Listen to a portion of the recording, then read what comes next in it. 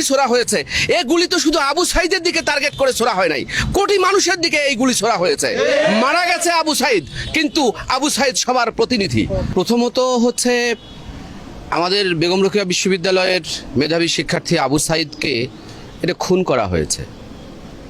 এটা কোনো মুখোমুখি সংঘর্ষের কোনো পরিস্থিতি তৈরি হয় নাই, এমন কোনো বাস্তবতা এখানে তৈরি হয় নাই যে একজন মানুষের বুক, মাথা, চোখ টার্গেট করে এখানে গুলি করতে হবে, এরকম কোনো পরিস্থিতি এখানে তৈরি হয় নাই। এক, সারা দেশের শিক্ষক সমাজ যদি তাদের শিক্ষকতার দায়িত্ব পালন করতেন তাহলে সারা দেশে একজন শিক্ষার্থীও মারা যেত না। আমি মনে করি এই দায় সারা দেশের শিক্ষক সমাজকে বহন করতে হবে, যারা এই গুলি চালিয়েছে তাদেরকে এই দায় বহন করতে হবে। এবং এই যে একটা কালো অধ্যায় রচিত হলো, এই কালো অধ্যায়ে যে রচিত হলো, এই অভিশাপ থেকে বাংলাদেশ বের হতে পারবে না।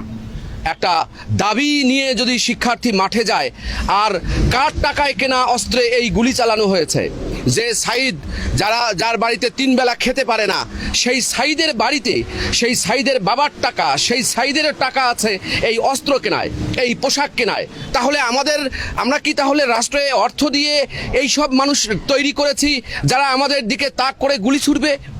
আমরা মনে করি সরকারের একটা বিষয় পরিষ্কার করা দরকার, যে সরকার কি চেয়েছিল এরকম সোজা গুলি করে আবু সাইদকে হত্যা করা হোক, নাকি সরকার চেয়েছিল এটা প্রতিরোধ করা হোক?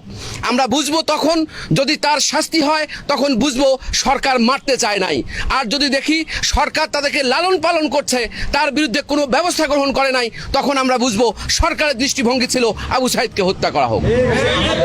শিক্ষকদের পক্ষে এই গুলির নির্দেশ দেওয়ার কোনো সুযোগ নেই, কারণ শিক্ষকরা যে দায়িত্ব পালন করেন তার সাথে গুলির নির্দেশ দেওয়ার কোনো বাস্তবতা নেই। বরং গুলির নির্দেশের সঙ্গে যারা যুক্ত আছে, সেটা আমরা যদি বলি যে পুলিশ প্রশাসনের হোক কিংবা আরও যেখান থেকে গুলির নির্দেশ আসে, সেই নির্দেশ কারা দিয়েছে, কোন পরিস্থিতিতে গুলি করতে বলেছে, সেটাও বরং আমরা জানতে চাই। এই বিষয়টা পরিষ্কার হওয়া দরকার। সারা দেশের কোটি মানুষ জেগে উঠেছে এই আন্দোলনের সাথে, সেই আন্দোলনকে বন্ধ করবার জন্য যে গুলি ছোড়া হয়েছে, এই গুলি তো শুধু আবু সাইদের দিকে টার্গেট করে ছোড়া হয় নাই, কোটি মানুষের দিকে এই গুলি ছোড়া হয়েছে।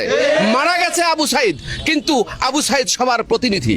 আবু সাইদ যখন বুক এরকম করে দিয়ে দাঁড়িয়ে গেছে, হাতে একটা লাঠি, তাহলে মানে অস্ত্র নিয়ে তার কি দায়িত্ব সোজাসুজি গুলি করা? এটা আমাদের প্রশ্ন না। আমরা তো এইটা ভিডিওটা দেখছি, ভিডিওটা খুবই পরিষ্কার। এটাকে প্রমাণ করবার জন্য একজন মানুষকেও জিজ্ঞেস করবার দরকার নেই।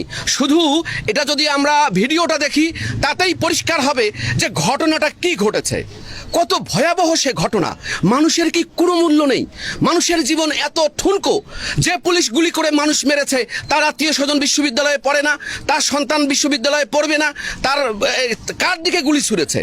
হয় তার আত্মীয় স্বজন, না হলে প্রতিবেশী, নিছক কিছুই না হলেও তার তো একজন দেশের মানুষের দিকে গুলি ছুঁড়েছে।